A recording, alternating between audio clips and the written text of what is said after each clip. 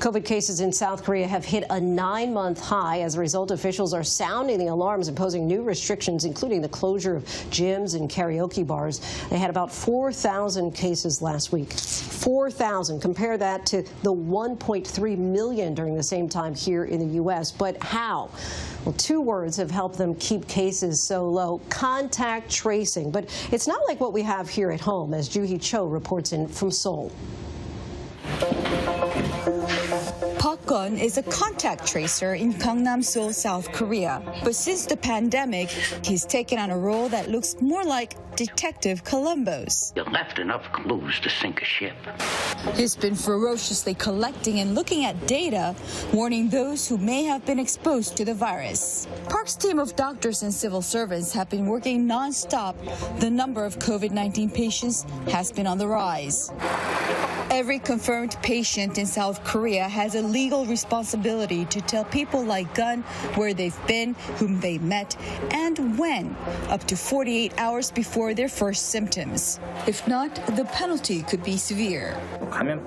People can be fined up to $18,000 US or be sent to prison for up to 2 years under the Infectious Diseases Control and Prevention Act. Speed is crucial. This officer cross-checks surveillance camera footage. His job not only to verify, but to also pinpoint the people who were in close physical contact with the infected patient. From here, it looks like real detective work. A team of 2 officers are dispatched to the site to check in-building CCTV footage, collect credit card records, and interview witnesses. The challenge, finding a way to contact these potential COVID-19 patients and urge them to get free testing. All in an effort to curb the spread, South Korea has taken a rather Orwellian approach in tracking people's movements. Here, everywhere you go, indoors, buildings, shops, restaurants, everyone has to go through this process. This is a temperature-taking robot. It takes less than a second to get your temperature checked. And then you have these QR codes on your mobile phones. And this is a way for the authorities to track down where you have been at what time exactly. Unlike in Western countries, people are more open to being tracked and traced in South Korea. With the QR code, I feel safer. It's for the overall betterment of society and just like for safety purposes. And I kind of want this corona to be over and done with, so I would rather do that than just deal with this forever. We have to cooperate because we are a member of the society, and this is what we have to do. Doing something for the collective good.